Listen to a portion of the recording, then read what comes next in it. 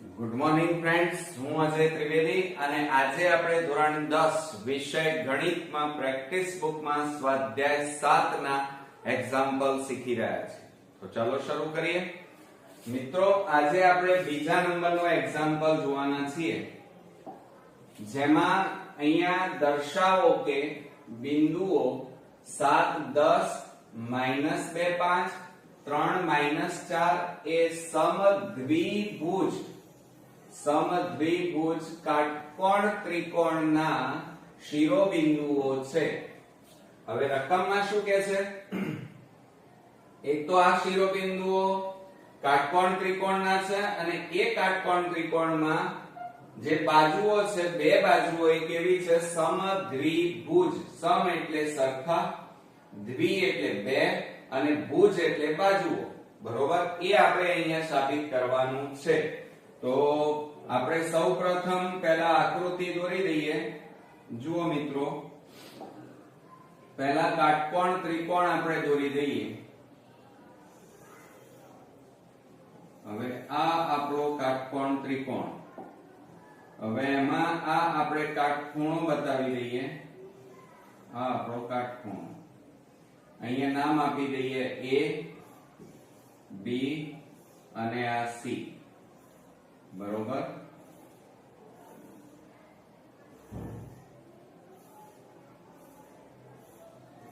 ચાલો, હવે એમાં આપણી પાસે ત્રણ શિરોબિંદુઓ આપેલા છે.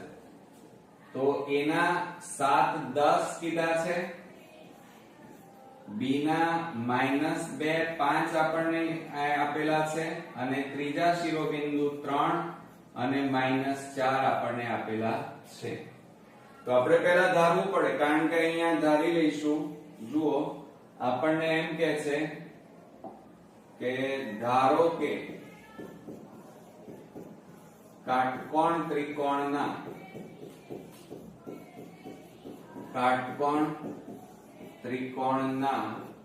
શિરોબિંદુઓ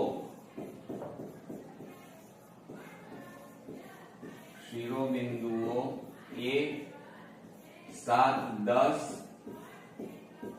પછી B -2, 5 અને C 3, -4 ધારતા. બરોબર? હવે મિત્રો શું કરીએ? તો આપણે અહીંયા શિરોબિંદુઓ કાટકોણ ત્રિકોણના છે અને સમદ્વિભુજ બાજુઓ છે. એ સાબિત કરવા માટે તમારે પહેલા AB² શોધવા પડે. એટલે આપણે જો અહીંયા A લઈએ, 7, 10 આપણને આપેલા છે. બીજું આપણને આપ્યું છે B અને -2, 5 આપેલા છે. ત્રીજું C અને 3, -4 આપણને આપેલા છે. તો એના માટે આપણે અહીંયા જુઓ, આ x1 y1 થાય, આ x2 y2 થશે, આ x3 y3 થાય. બરોબર? એટલે સૌપ્રથમ પહેલા આપણે AB² શોધી કાઢીએ. તો આપણે અહીંયા લખીએ કે AB² બરાબર, એનું સૂત્ર શું થશે? x1. જુઓ, AB એટલે x1 x2 થાય, x1 x2 કૌંસ બાર વર્ગ વત્તા y1 y2 કૌંસ બાર વર્ગ. આ આપણું સૂત્ર તૈયાર થયું. હવે એની અંદર આપણે કિંમતો મૂકી દઈએ. ચાલો, તો આપણે અહીંયા લખીએ AB² બરાબર કૌંસમાં x1 એટલે 7 x2 એટલે -2 અને કૌંસ બાર વર્ગ વત્તા y1 એટલે 10 અને y2 એટલે 5 કૌંસ બાર વર્ગ. માટે AB² બરાબર કૌંસમાં 7 -2 કૌંસ બાર વર્ગ વત્તા 10 માંથી 5 જાય તો 5 નો વર્ગ થાય. બરોબર?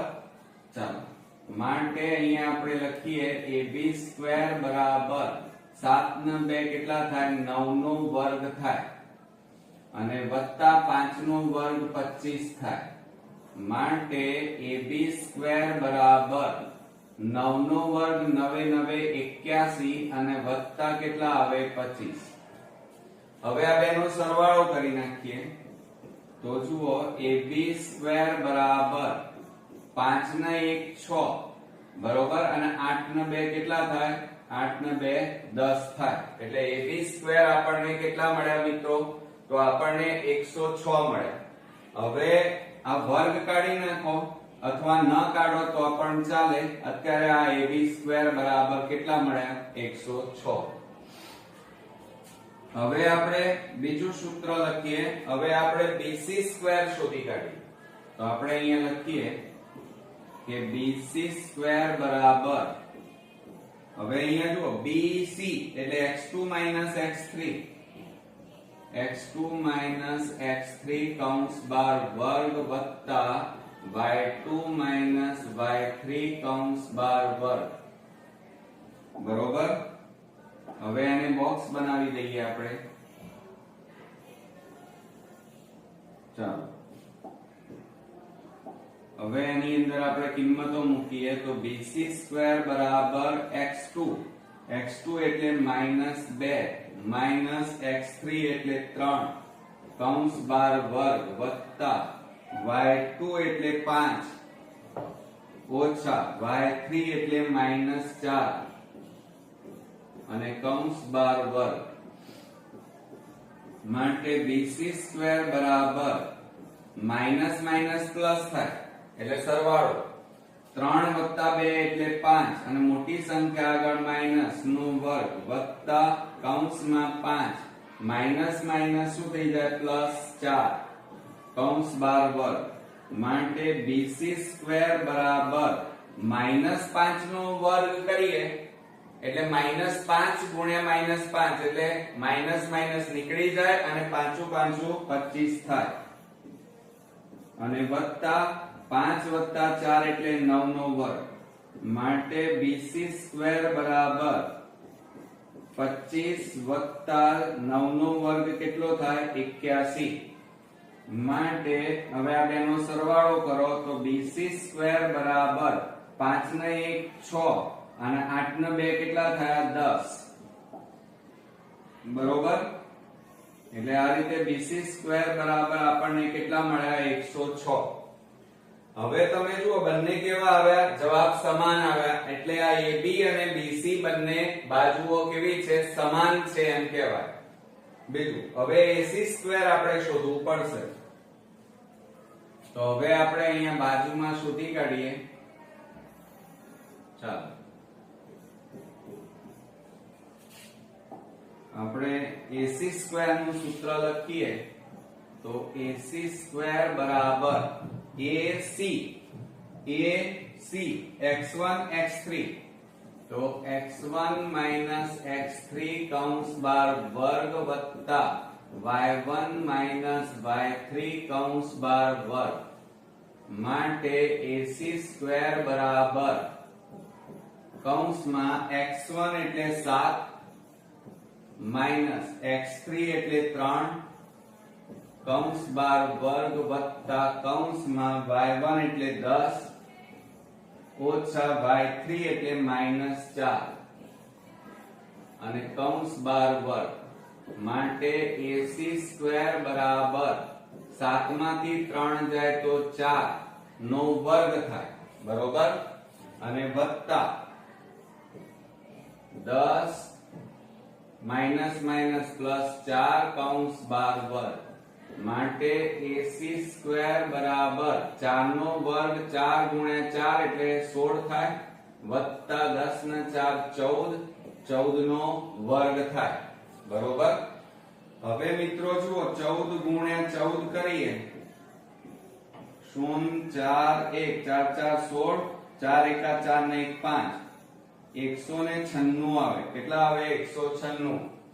તો અહીંયા આપણે લખીએ ac સ્ક્વેર બરાબર 16 વત્તા 196. માટે AC² બરાબર આ બેનો સરવાળો કરો 6 ને 6 12 વધી પડી 1 9 ને 10 ને 11 વધી પડી 1 કેટલા આવ્યા 212 થાય બરોબર। હવે મિત્રો જો અહીંયા આપણે અહીંયા સાબિત શું કર્યું તો અહીંયા સાબિત તમે આખો દાખલો ગણ્યો એની અંદર સાબિત એ થયું કે AB² અને BC² બંને બાજુઓ જુઓ AB² બરાબર BC² બરાબર કેટલા મળ્યા 106 એક આ આવ્યું એટલે કે બાજુઓના માપ સરખા થયા।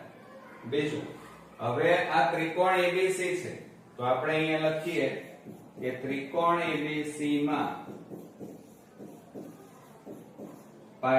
માપ ખૂણો અહીંયા આપણે B લઈએ B બરાબર 90 માટે પાયથાગોરસ કારણ કે કાટકોણ છે સાબિત કરવું પડે પ્રમેય મુજબ સૂત્ર શું થાય મિત્રો AC² કર્ણનો વર્ગ બરાબર AB² BC² આ પાયથાગોરસ પ્રમેયનું સૂત્ર તૈયાર થયું।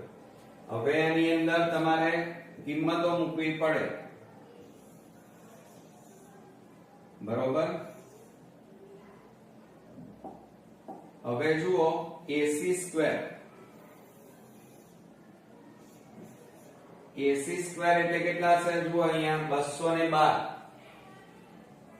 212 બરાબર AB² કેટલા છે 106 વત્તા BC² કેટલા છે 106 માટે 212 બરાબર આ બેનો સરવાળો કરો તો પણ કેટલો થાય 212 એટલે બે બાજુઓનો સરવાળો ત્રીજી બાજુ ના વર્ગ બરાબર થાય છે માટે અહીંયા લખી શકાય માટે સાબિત થાય છે કે આપેલ શિરોબિંદુ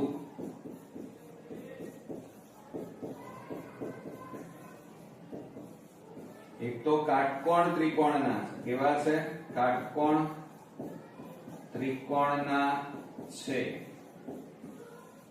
અને અહીંયા શું કહે છે સમદ્વિભુજ છે કેવા છે અને આ ત્રિકોણ આ કાટકોણ ત્રિકોણ સમદ્વિભુજ છે બરોબર મિત્રો ખ્યાલ આવ્યો। એટલે આ રીતે તમે જવાબ બોર્ડની અંદર વ્યવસ્થિત રીતે મિત્રો લખીને આવો તો તમને પૂરા માર્ક્સ મેળવી શકાય। તો આ રીતે આપણો અગત્યનો એક્ઝામ્પલ અહીંયા પૂરો થયો। નેક્સ્ટ વિડિયોમાં નવા એક્ઝામ્પલ સાથે ફરી મળીએ, ત્યાં સુધી ગુડ નાઇટ ફ્રેન્ડ્સ।